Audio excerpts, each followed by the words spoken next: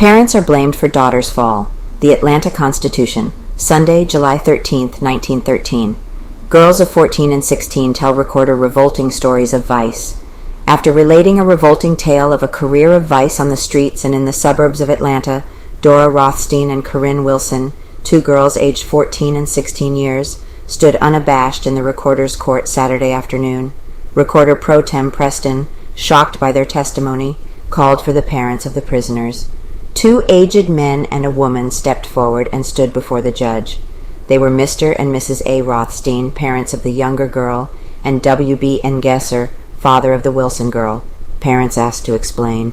"It is up to you," said the recorder pro tem, "to explain to this court why you have such shameful lives. It is a disgrace to the home of anyone.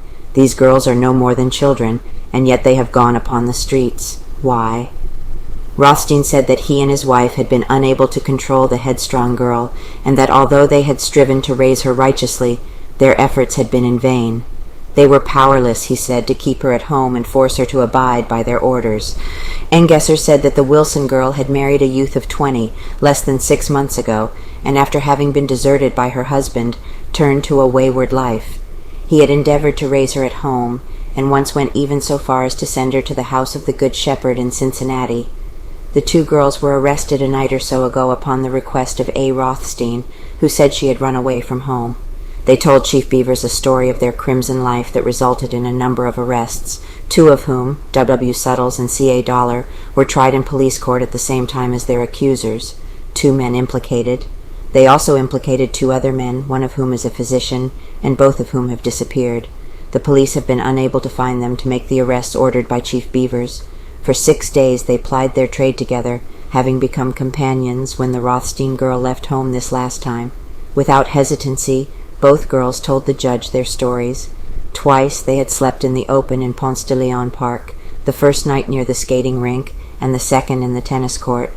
Once they slept near an old mill in Campbell County, where they had gone in a surrey with Dollar and Suttles. Much of their testimony was unprintable. J. H. Levitt, an attorney connected with the case, told the record pro tem that the home life of the girls was to a large degree directly responsible. "It can all be traced to the fireside," he said. Miss Margaret Lang, a well-known settlement worker, offered to install both girls in some house of correction. The Rothstein girl was turned over to the juvenile courts, and the Wilson girl will probably be sent to the house of the Good Shepherd. Dollar and Suttles were bound over under a charge of furnishing intoxicants to minors, it having developed during the trial that they had given beer to both girls while on the trip to Campbell County. New activity was noted in the police vice war Saturday at noon, when policemen swooped down upon the lodging house of Lula Bell at 16412 Peters Street, arresting 3 women, Maud Wilson, Mrs. Lee Berkstein, the Bell woman, and 1 man, L.W. Berkstein.